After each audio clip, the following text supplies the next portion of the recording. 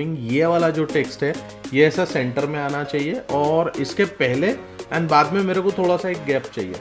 अब देखो यहाँ से तुम्हें एक चीज़ समझना चाहिए, यहाँ पे कोई भी अगर काम करेगा तो किस तरीके से करेगा।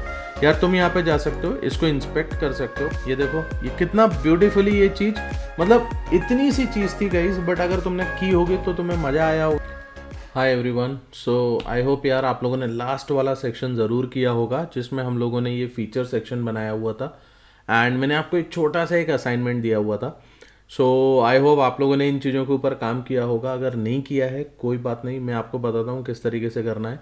बट यार take these small things as a challenge, okay, and try to figure out कि यार इसको कैसे काम करना चाहिए। चलो अपन देखते हैं, अगर नहीं भी किया हुआ है तो मैं बताता हूँ आपको किस तरीके से काम करना है। But just focus on this, okay. And ये जो सेक्शन होने वाला है ना, ये बहुत छोटा सा सेक्शन होगा, काफ़ी बड़ा नहीं करेंगे इसको अपन, बट यहाँ कंसेप्चुअली चीज़ों के ऊपर हम लोग डिस्कस करने वाले हैं, ठीक है। चलो देखो यहाँ पे मैंने क्या बोला हुआ था, मैंने आपसे इस तरीके से एक चीज़ बोली थी कि price include all applicable taxes, you can cancel at any time, both plans include the following. ये वाला जो टेक्स्ट है ये ऐसा सेंटर में आना चाहिए और इसके पहले एंड बाद में मेरे को थोड़ा सा एक गैप चाहिए, ठीक है। अब देखो गैप करने के लिए कई लोग क्या करते हैं, किस तरीके से काम करते हैं मैं तुमको बताता हूँ। वो लोग क्या करेंगे कि यार ऐसा इसको इंस्पेक्ट करके काम करेंगे। अच्छा पहले मैं ये भी चीज़ बता देता हूँ, कई लोग ये सोच रहे होंगे कि सर इसके लिए क्या CSS लिखा जिससे ये सेंटर में आ गया और ये सारी चीज़ें। सो कोई डिफिकल्ट चीज़ नहीं यार, बहुत छोटी सी चीज़ है। आई वॉज एक्सपेक्टिंग कि ये तुम लोगों ने करके रख रखा होगा, बट अगर नहीं भी किया है तो मैं बता देता हूँ। मैंने एक प्लान डिटेल नाम से एक CSS बनाई और इसके अंदर हमने देखो font size, line height and text align, ये मैंने CSS इसके अंदर ऐड करी हुई है, जिसकी वजह से हमारे पास में ये जो टेक्स्ट है ये सेंटर अलाइन हो गया, राइट।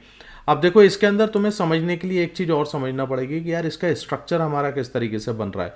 ये जो हम एक सेक्शन बना रहे हैं, ये सेक्शन किस तरीके से प्लान आउट हो रहा है, ये चीज़ यहाँ पे से देखो।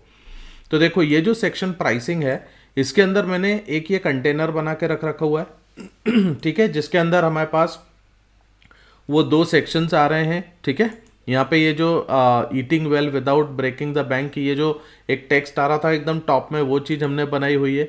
इस पर्टिकुलर सेक्शन के अंदर मेरे पास में दो प्लान थे, एक स्टार्टर एक कंप्लीट वाला प्लान। ये जो सेक्शन मैंने बनाया है वो हमने प्लान्स के नीचे एक सिंपल एक स्टेटमेंट देने के लिए बनाया है। और ये वाला जो सेक्शन मेरा डिव सेक्शन बना हुआ है, ये मेरे फीचर सेक्शन है।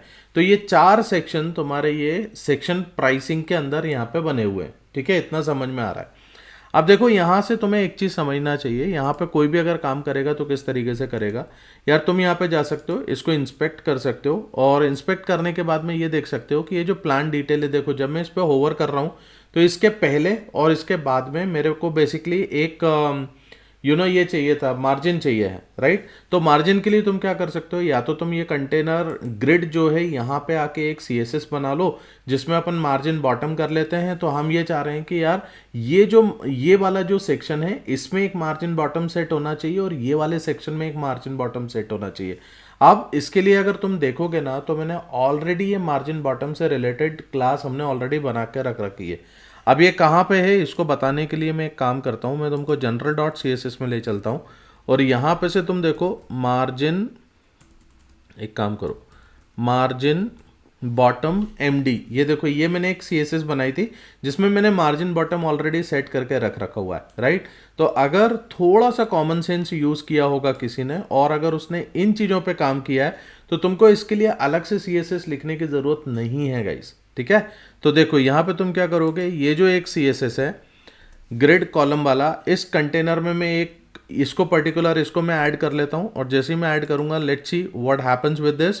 देखो यहाँ से मेरे को एक गैप इसमें मिल गया है, ये वाला जो सेक्शन है यहाँ से मेरे को एक गैप इधर मिल रहा है। अब मैं चाह रहा हूँ कि यार ये गैप मेरे को यहाँ से भी नीचे मिलना चाहिए। तो देखो तुम क्या करोगे, ये जो पोर्शन है ये तुम्हारा वो टेक्स्ट वाला पोर्शन है, तो तुम यहाँ पर आने के बाद में भी एक सिंपल इसको दे दो, ठीक है।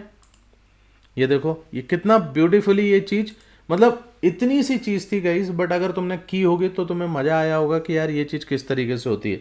तो यहाँ पे से देखो एक प्रॉपर तरीके का एक सेक्शन हमारा ये प्लान आउट हो गया और ये हमारे को समझ में आ रहा है कि यार ये किस तरीके से बनना चाहिए था। तो ये भी तुमने इसको बना लिया। तो ये पर्टिकुलर सेक्शन जो मेरा प्राइसिंग से रिलेटेड सेक्शन था guys, now this particular section is completely finish. अब हम लोग नेक्स्ट सेक्शन में जो हम काम करने वाले हैं वो बहुत ही इंटरेस्टिंग होने वाला है। तो तुम उसको मिस बिल्कुल मत करना, बिकॉज वहाँ पर भी तुमको काफ़ी सारी टेक्निक सीखने को मिलेंगी। और मैं बता देता हूँ एक्चुअली मैं किस सेक्शन पे काम करने वाला हूँ। मैं काम करूँगा कॉल टू एक्शन वाले सेक्शन पे। यहाँ हम फॉर्म बनाएंगे, फॉर्म को भी हम 2 सेक्शंस में डिवाइड करेंगे। एक सेक्शन में हम पूरा इमेज को डिस्प्ले करने वाले हैं, दूसरे सेक्शन में मैं फॉर्म रखने वाला हूँ, और वो फॉर्म और इमेज को भी मैं काफ़ी अच्छा ब्लेंडिंग मोड में इसमें क्रिएट करने वाला हूँ। तो इन सारी चीज़ों को सीखते रहो, तुम्हें काफ़ी मज़ा आएगा गाइज। और ये छोटे छोटे ये कोड है ना, इन कोड्स को तुम लेके कहीं पर भी अपने प्रोजेक्ट्स में इंप्लीमेंट कर सकते हो। आई होप ये सारा कोर्स और ये सारे वीडियोस तुमको पसंद आ रहे होंगे। अगर वीडियोस पसंद आते हैं तो प्लीज़ चैनल को सब्सक्राइब किया करो, वीडियोस को लाइक किया करो, दूसरों के साथ शेयर करो, उनकी भी हेल्प करो यार। Let them also learn this particular beautiful thing. ठीक है, चलो विद दिस मिलते हैं अगले वाले सेक्शन के अंदर।